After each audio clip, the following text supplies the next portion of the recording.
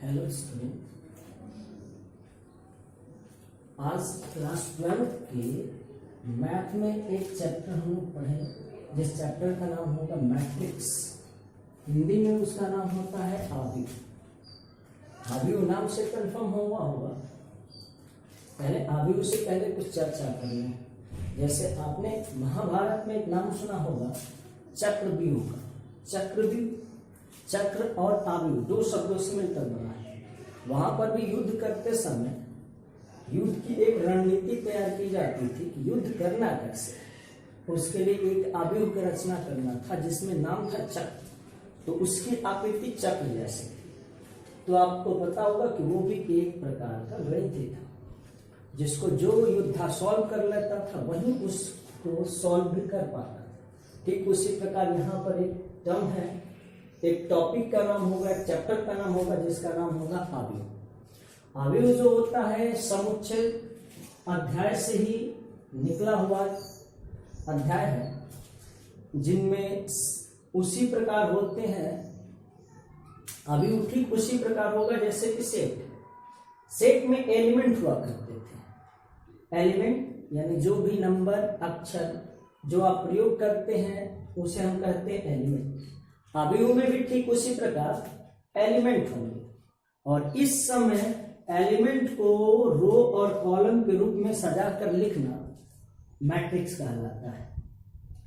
Element को रो और column के रूप में सजा कर लिखना मैट्रिक्स कहलाता है। रो कहलाता है जो क्षैतिज रेखाएं होती हैं, हॉरिजॉन्टल लाइन, इन्हें हम कहते हैं रो। जो ध्वाधर रेखाएं होती हैं उसे हम कहते हैं कॉलम, स्तंभ। इस प्रकार लिखना मैट्रिक्स कहलाता है। जैसे ये हमने पहला एग्जांपल लिखा, एक मैट्रिक्स 1520 लिखा गया। ये मैट्रिक्स जो होगी 151250 लिखी गई। ये एक मैट्रिक्स जिसमें नीचे लिखा गया 2x2 यानी 2x2 ऑर्डर। यहां पर एक दूसरी मैट्रिक्स लिखी गई है जिसमें क्षैतिज रेखाओं में 1 2 3 4 7 और 0 लिखा गया है। ये भी एक मैट्रिक्स है। मैट्रिक्स की हमने परिभाषा ही बता दिया कि तत्वों को पंक्ति और स्तंभों में सजा कर लिखना मैट्रिक्स कहलाता है। अब उस मैट्रिक्स की होती है कोटि, आव्यूह की कोटि, जिसको इंग्लिश में कहते हैं ऑर्डर ऑफ मैट्रिक्स। तो किसी भी आव्यूह की कोटि जो होती है उस आव्यूह की पंक्तियों की संख्या और स्तंभों की संख्या का ज्ञान कराता है। इसका तात्पर्य होता है किसी भी आव्यूह की कोटि बराबर पंक्तियों की संख्या गुणे स्तंभ की संख्या। जैसे इस मैट्रिक्स में देख लीजिए, एक पंक्ति और ये दूसरी पंक्ति, कुल पंक्तियों की संख्या है 2, कुल स्तंभों की संख्या है 4। इसलिए इस मैट्रिक्स का कोटि, इस मैट्रिक्स की ऑर्डर 2x4 होगा। यहां पर इस आव्यूह में पंक्तियां आपको दिख रही हैं 3 और स्तंभ भी दिख रहे हैं 3, इसलिए इस आव्यूह की का ऑर्डर 3x3 होगा। यहां पर जो मैट्रिक्स दिख रहा है जिनमें पंक्तियां हैं 4 और स्तंभ भी है 4, इसलिए इसका ऑर्डर 4x4 का होगा। अब यहां पर अवयवों की संख्या बता देना है। अवयवों की संख्या, जो एलिमेंट्स, जो अवयवों की संख्या का तात्पर्य है मैट्रिक्स के अंदर रखा हुआ नंबर अक्षर ही अवयव कहलाते हैं। अब इनकी संख्या गिन के हमको बताना है। इसकी संख्याओं को गिनने के लिए एक साधारण सा सूत्र होता है, पंक्तियों की संख्या गुणे स्तंभ की संख्या का जो गुणनफल होता है उसे ही अवयवों की संख्या कहते हैं। जैसे पहले एग्जांपल में देख सकते हैं जिसका ऑर्डर 2x4 का है, तो गुणा कर देने से मिलेगा आंसर 8। इसका तात्पर्य होता है कि इस मैट्रिक्स में अवयवों की संख्या 8 है। गिन सकते हैं आप, बिल्कुल इसमें गिन सकते हैं। एक पहले पंक्ति में 4, दूसरे पंक्ति में भी 4, कुल मिला के 8 अवयव। दूसरे में देखिएगा, यहां पर इसके ऑर्डर 3x3 के हैं, इसलिए अवयवों की संख्या 9 होगी। चौथे एग्जाम्पल, तीसरे एग्जाम्पल में का ऑर्डर 4x4 है, इसलिए इनमें अवयवों की संख्या 16 है। बिल्कुल सही। अब जो अगर ये बता सकते हैं कि मैट्रिक्स 3x7 का है, बताइए उनमें अवयवों की संख्या कितनी होगी। तो आपका आंसर होगा 21।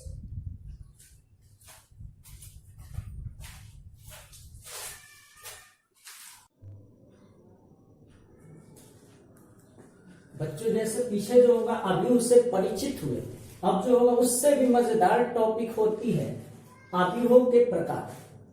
उससे भी मजेदार टॉपिक है अवयवों के प्रकार। सबसे पहले जो होगा अवयव को हम सीख ले कि अवयव कितने प्रकार के होते हैं।